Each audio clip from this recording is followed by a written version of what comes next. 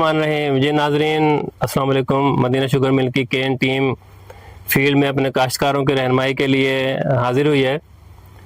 आज हमारा सब्जेक्ट है रेटून मैनेजमेंट, यानी कि मोंडी फसल की संभाल। आपको पता है, जो गन्ने के काश्तकार हैं वो जानते हैं, गन्ने के फसल में मोंडी फसल जो है वो बहुत अहम होती है, क्योंकि ये सस्ती फसल होती है।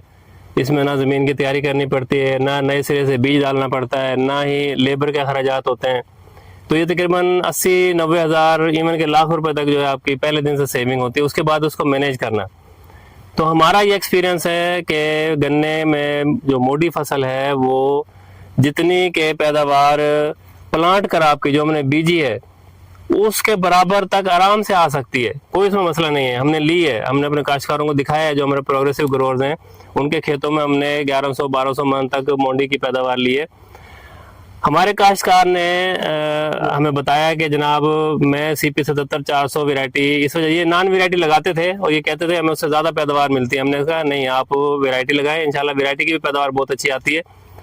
तो CP 77-400 में इन्होंने क्लेम किया कि जनाब उसका मोंडी फसल की पैदावार अच्छी नहीं आती है। हमने कहा चलो ठीक है, आपके खेत में जाके देखते हैं कहाँ प्रॉब्लम है। तो जैसे ही हम खेत में आए और देखा कि एक वाज़ेह प्रॉब्लम हमें नज़र आया कि खेत के अंदर बहुत ज़्यादा गैप्स हैं। अगर आप देख सकते हैं, कैमरा दिखा रहा है कि 10-10 फुट और 12-12, 15-15 फुट जो गैप है, वहाँ पे गन्ना उगा ही नहीं, वहाँ पे गन्ना हुआ ही नहीं। तो वहाँ पे गैप फिलिंग करने की ज़रूरत है।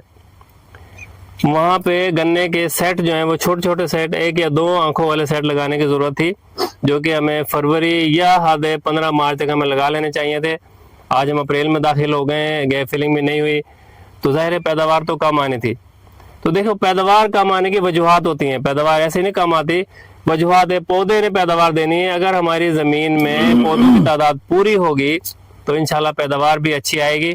तो आज हमने फिर अपने ज़मींदार को आगे बताया कि अभी भी टाइम है, तो आप छोटे साइज़ वाला सेट बना के इसकी गैप फिलिंग करें। हमने गैप फिलिंग शुरू करवाई है, इंशाल्लाह पैदावार इनकी बेहतर हो जाएगी, रिकवर हो जाएगा। लेकिन याद रखिएगा कि जो गैप फिलिंग है वो गैप फिलिंग 8 से 10% तक आपको कवरेज दे सकती है। अगर आपके खेत में 10% से ज़्यादा गैप है तो आप उसको ख़त्म करें, उसको रोटावेट करें, नए सिरे से बिजाई करें, ताकि आप एक अच्छी फसल ले सकें और 2 से 3 मोटी फसल जो है वो गन्ने की आप ले सकें।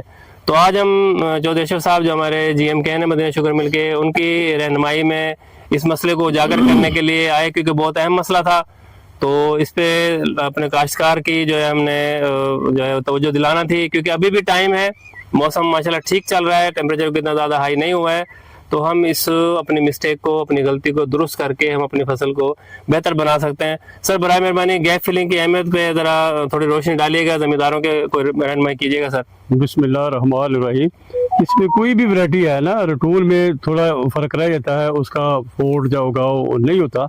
जिधर ना हो उधर 2 से 3 आँख वाले सेट जो है ना वो लाजमी उसमें गैप फिलिंग कर देते। जब तक नंबर ऑफ प्लांट्स पूरे नहीं होंगे खेत में तो हमारा जो टारगेट है, जो पैदावार है, वो बेहतर नहीं आ सकती। तो इसी सिलसिले में आज हाजिर हुए हैं। तो गैप फिलिंग काफ़ी बड़े बड़े 5 से 10-10 फुट के भी गैप हैं। तो इसमें मतलब यही अपने मौजूद काश्तकार को कहा कि इसको आप गैप फिलिंग करें, सीड आपके पास मौजूद है, तो इसमें थोड़ा कसी के साथ बनाकर इधर इधर छोटे सेट जो है काश कर दें, और इंशाल्लाह जी मिल जाएंगे, साथ हो जाएंगे। अगर आज से कोई 15-20 दिन पहले हो जाता तो ये ज़्यादा बेहतर था जी। बहुत शुक्रिया जी।